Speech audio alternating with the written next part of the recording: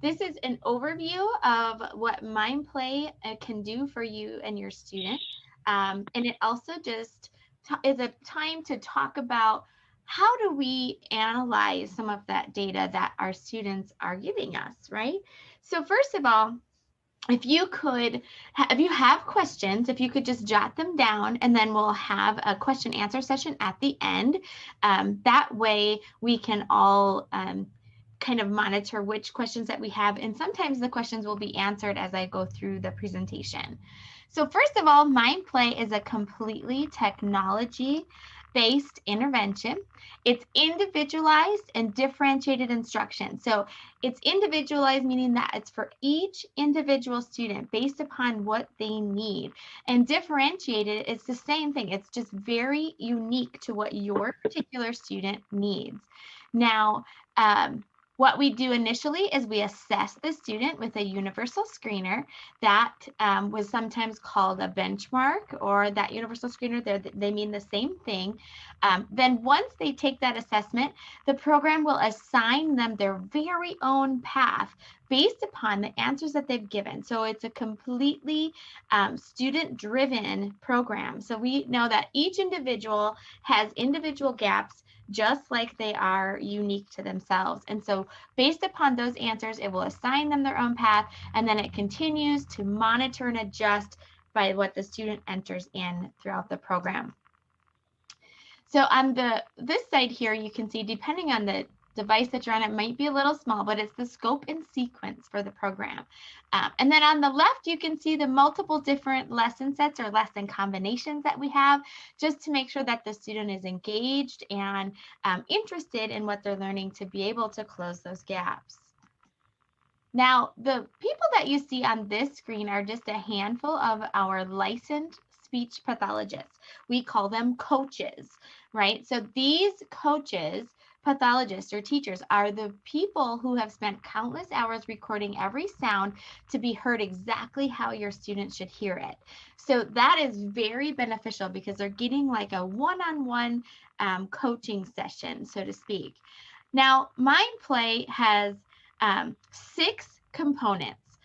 We have all 5 components of reading, so you'll see those here. Then we also throw in that language component, grammar for meaning. So it's a one nice package for your student to be able to increase their literacy skills. Now, each one of those components has its own segment in the program. So they are, one second, question. Oh, sorry. I saw the chat. They each one of those sections are taught with they're giving instruction, and then it's followed up with an activity. Okay, we want to make sure that the student is able to apply what they're learning. So they have that instruction from the coach, and then they have a chance to do it themselves with an activity to make sure they can apply it. Now, 3 of these components, phonemic awareness, phonics, and grammar for meaning, are 100% mastery based. So we're asking them to continue on and maintain that mastery. And then the next 3, fluency, vocabulary, and comprehension, are proficiency based. So we're looking at 85% or better for those. Now, with instruction, we use best practices. So we have multimodal instruction, formative feedback, interactivity, mastery learning, like I just mentioned, and then that differentiated instruction. So, for example, every single student that is on this in the school, in the district, has their very own path. That's the key to this, because it's your literacy gaps are just as unique as you are. So moving right along, we have a lot to share with you today, but if you can walk away with anything, it would be this. The researched fidelity of implementation is 30 minutes, 4 days a week. So if you can get your student to do it for the 5th day, that's all the better, because we're not really in control of, the environment a lot of times, or if there's other things in life that come up. So it always gives a little bit of a cushion for your students. But 30 minutes, 4 days a week is the researched fidelity of implementation that will prove that your student will be guaranteed gains. So Now, that 30 minutes, we can talk about that for a minute. It's not just set a timer for 30 minutes. It's 30 active minutes on the program. So visualize with me, if you will. If you're in a classroom and you have student A and student B, if you set a timer for 30 minutes, student A is working diligently on the program. They're engaged, they're making their answers, choosing selections. And at the end of that timer for 30 minutes, they would probably be at 30 minutes, if not maybe 29 or so. Now, student B might be more of a pencil sharpener, a bathroom user, and so on and so forth. And so that particular student at the end of a timer for 30 minutes may only show like 25 minutes because it's all based on selection and activity in the program. Another thing to point out with this time, you can break it up throughout the day if you want. If your student needs to do it in smaller increments, that's okay. You can do 10, 10, and 10, or 15 and 15, whatever works for them as long as they get that practice in 30 minutes, 4 or 5 days a week. Now, moving into that assessment I was talking about. So this is the universal or benchmark screener and progress monitoring. So initially, you can see the different test types that we have, the skills that we assess, and then how we rate those results in our report. So the benchmark will take about 20 to 40 minutes. So 30 is a real good average. It's very important that the student doesn't get any help on this because the program is very intuitive. And so if they're getting help with one question and then not another, it's like, it's looking where the student is. Each one of the questions in the screener are what we call adaptive. So let's just say the student starts at a 4th grade level for their first question. If they get it wrong, it will move down a grade level. If they get it right, it'll move up a grade level. And it continues to do that until it finds where the student is currently functioning. So with that, once your student has completed that benchmark, every 14 days after that, they will have a progress monitoring session, which is much shorter, 5 to 7 minutes or so. And again, very adaptive. It's important that they don't get any help with that. All of our reports are using this key. So we have critical, approaching, meeting, and exceeding. Critical will indicate 2 or more grades below grade level. Approaching is 1 grade below, meeting is at grade level, and exceeding is above grade level. So the sky really is the limit with your students. If they're using MindPlay and they've made it to grade level, they can continue to use MindPlay and exceed grade level. It's really a beautiful thing. So the first report that I want to talk to you about. So first of all, you as a parent will have access to all of the same reports for your student that the teacher does. Your student has access and you do through that student portal. So you can log in for them and you would just click on their little avatar and it'll bring you to that report page. And we'll talk a little bit about that soon. This is the first report I want to talk about. It's the progress report.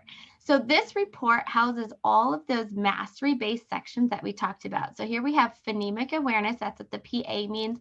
Those are pending because those are scaffolded to meet the phonics level. So basically, your student will not get all of their phonemic awareness right away. So they'll work through the phonics. And if there's a trigger from the program saying, oh, they need a little extra help on this, then it'll bring them into that phonemic awareness level. And then bring them right back to where they are working. Now, phonics and grammar have 5 levels. The first phonics level has 21 lessons available for it. The student will take a pre-test and then they'll also take a post-test at the end. So we have out of 21 lessons, this particular student only needed a few of those. And you can see here their starting percentage based upon their pre-test. They will always end with 100. So if your student is motivated by 100%, this is a great report to go off of. And then the percentage of gain, how long it took them, and then over how many days, because they might see it over a few days. That's okay. Then they move into that grammar level 1, again, pre-test and post-test, and they're working through that as well. The bottom of this report shows the visual scanning, reading activities, comprehension, and so forth. So this is the very first report that I usually look at when I'm analyzing a student. Okay, so the first thing is my student using the program enough? So if I back up here just a bit, we can look at the student issue here, the student issued of the report. So each one of these bar graphs indicates a day, and when it's live, you can hover over and it'll pop up how many minutes that the student had it for usage that day. So one of the great things as a parent when you're at home or even in the classroom, you can say, hey, Billy, how many minutes did you have on MindPlay today? They click on their little avatar in the program. They can choose their usage report and bring it up themselves. Or they can like, oh, I have 30 minutes, I can be done today. Or I have 25 minutes, I need 5 more minutes to meet that threshold. So the usage report is great. It also helps you understand all the other reports. If usage is low, we're not going to see as much growth. We will probably still see some growth, but we won't see as much growth as if usage is on target or above. So, and then the teachers have access to the full class or the district level as well. Now, this is the next report that I would look at. This is the improvement report. Now, this particular report is a bar graph for the student over here on the right. You can see that. Now, by the color, the key that we looked at earlier. So red is critical, yellow is approaching, green is meeting, and blue is exceeding. So it's very common to see these up and down patterns. And then all of a sudden, the student just gets it. It's like the light switch goes up and they start to really meet and exceed what their expectations are. So this report houses the data that comes from the universal screener and the progress monitoring. So that's what is available here. Now, this is an actual student report from your district. This is a grade 2 student. So if we look at this particular student, at a glance, without being familiar with the reports and how they're read, I would look at this and be like, oh, there's not much growth here, right? We're in the red, so we're critical. It's a grade 2 student and it's at a K. Now, if this was live, when I hover over, it would tell me like the average word per minute and so on. But we can see without having it live that the gain is half a grade level. So this particular student is really close to reaching that first grade threshold, which would bring them out of critical and into that approaching range because they'd only be 1 grade level below. So if we, going back, if we look at the fluency, so word per minute, right, we can see there's 18 words per minute. And you can look kindergarten, and then they went to first grade. This is common again, remember, going down into the critical range, and they're getting, look at their first grade and the approaching, it's much higher here. And again, if this was live, when you hover over, it will give you all of the data that you need. It would tell you the word per minute range for each one of those. Many times, the improvement report will become critical here because the lexile of the passage is up, it's raised. So because the lexile is a little bit more difficult, the word per minute rate might drop, and then they start to get it. So I would not be surprised this next student will move into the approaching range very quickly, and then also start working on that grade 2 work. So very exciting. Now, the bottom of this is still this report continued. You can see all of these other areas. This is part of the universal screener. So listening vocabulary, phonics, you can definitely see an increase. Here, this person was exceeding and they're meeting. So within that range, I'm totally happy with that.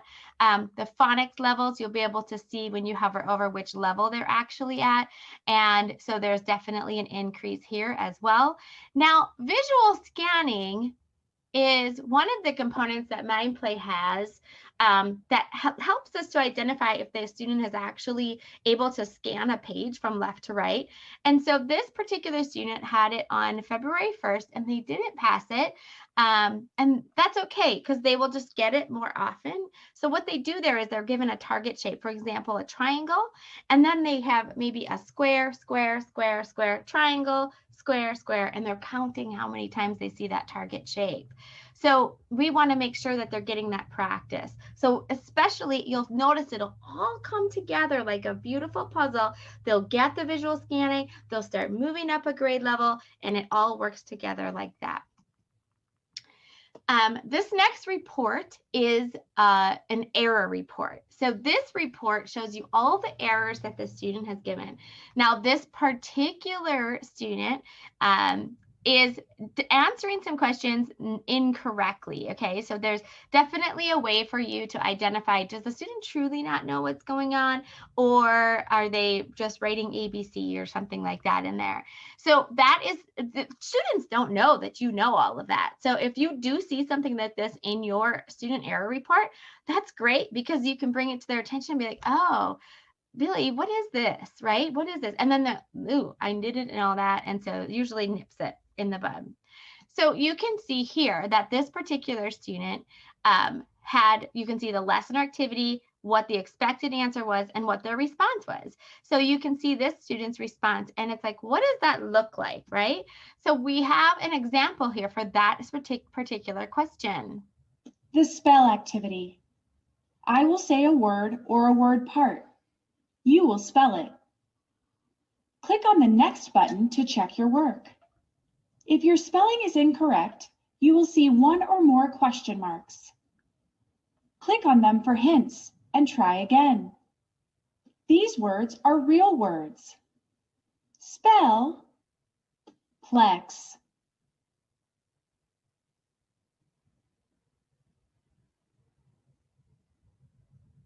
So this is the wrong answer that the student entered. Listen for the second sound in the blend. Plex.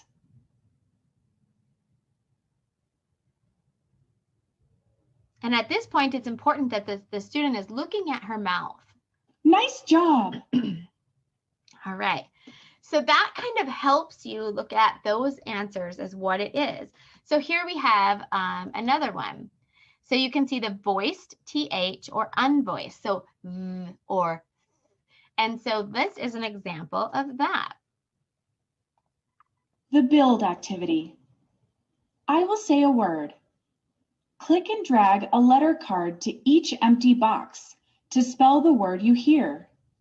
Click on the next button to check your work. If your word is incorrect, you will see a question mark above your mistake. Click on it for a hint and try again. These words are real words. Build them.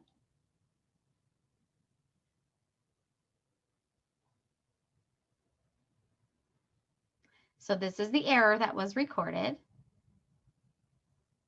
Watch my mouth. You spelled the sound I. You need to spell the sound E. Them.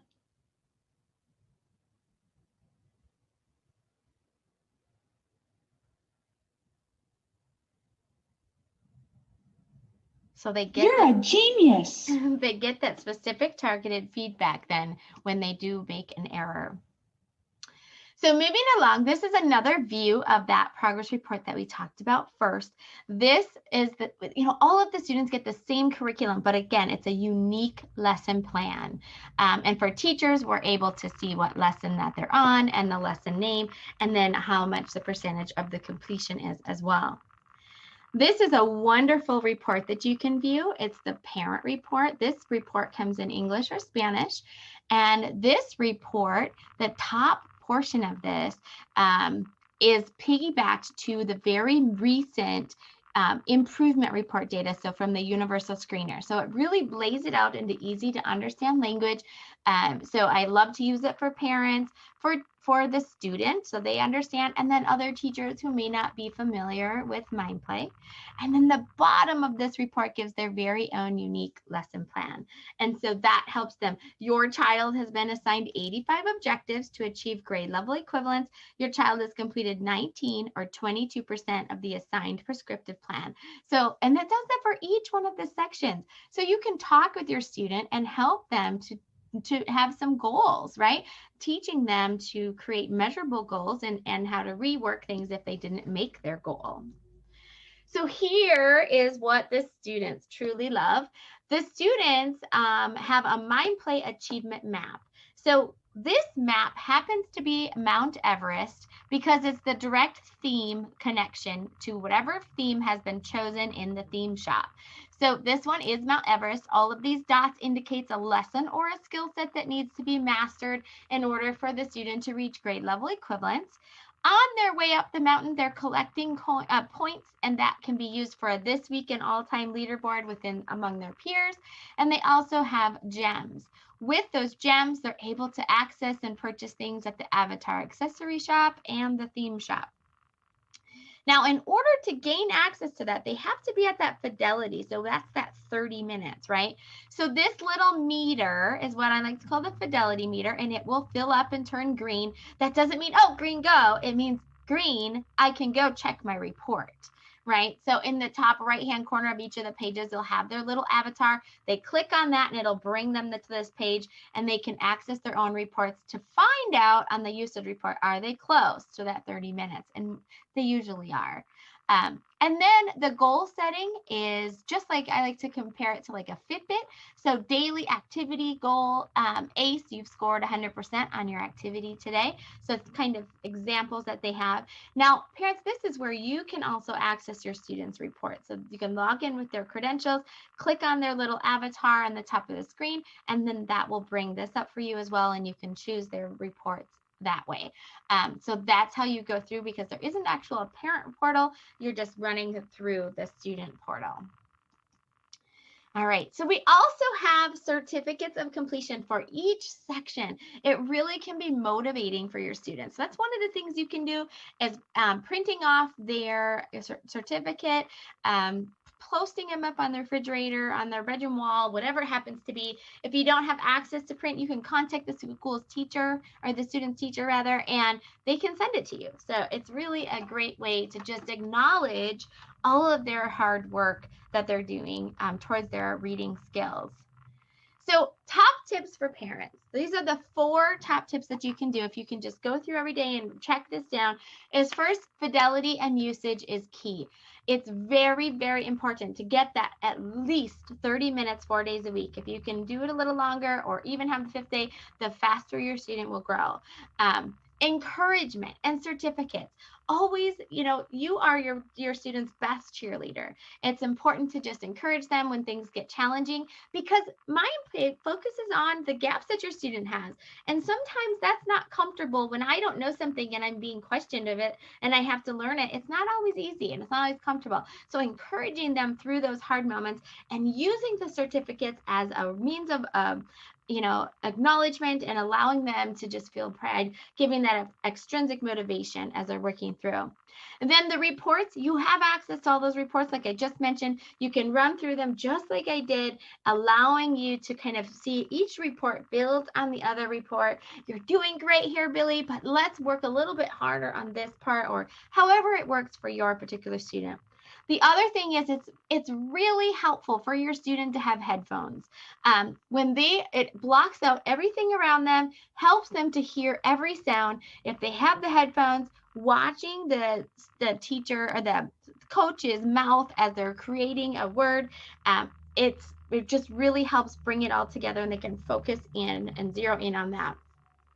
I want to talk a little bit about how MindPlay is a gift, okay? It's a gift that the district is giving you for your student. And basically, just like any other gift, it's great, but what are we going to do with it, right? So talking to your student and allowing them to realize how special this really is, that they have the opportunity to do this, because it's proven by research that it's a rapid improvement for all reading skills. So that's super important with that as well. Another thing is, if your student is stuck on something, don't help them. The program is extremely intuitive and it will help through there. If you feel like your student is stuck, you can message your teacher, email your teacher, and they can kind of look in their manager portion of it if there's any supplemental sheets or things like that that the student can use. So we do have a contest running right now, so it's not too late to jump on the bandwagon with this.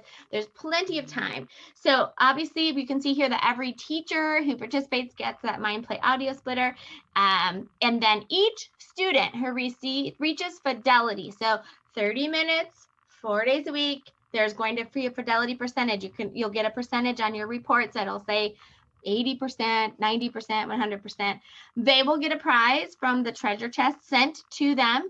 And then the student with the most growth wins a pizza party for their whole family. So the pizza would be sent to your home in celebration for all of the hard work that they have put in.